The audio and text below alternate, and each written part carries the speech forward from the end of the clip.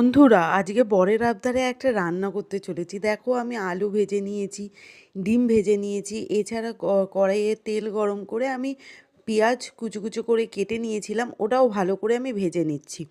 এরপর আমি একটা পেস্ট করেছিলাম, আর এই যে তুমি দেখতে পারলে এটা কিন্তু দেরাদুন রাইসের চাল।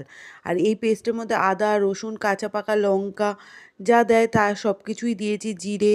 এবার এই যে পেস্টটা আছে, আমি যে এই পেস্টটা যে করেছি, এইটাকে কিন্তু আমি খুব ভালো করে আমাকে কষাতে হবে। এতে পরিমাণ মতন আমি নুন, স্বাদ মতন চিনি আমি সব কিছুই অ্যাড করে দিয়েছি, হলুদও আমি পরিমাণ মতন দিয়ে দিয়েছি। এবার যখন দেখো তেল ছেড়ে গেছে, তারপরে আমি কিন্তু ভেজে রাখা আলুগুলোও দিয়ে দিলাম। এবার আমি ভালো করে কষিয়ে নিচ্ছি, কারণ আলুগুলো কিন্তু আমি সেদ্ধ করিনি। আর অপর দিকে দেখো, আমার দেরাদুন রাইসের যে চালটা, সেই চালটাও সেদ্ধ হচ্ছে। মোটামুটি অনেকটাই আমার চালটা সেদ্ধ হয়ে গেছে। হ্যাঁ, বলে দিই, এই চালের মধ্যে আমি কিন্তু একটু রিফাইন তেল আর একটা পাতিলেবু দিয়েছিলাম, যাতে ভাতটা ঝরঝরা হয়।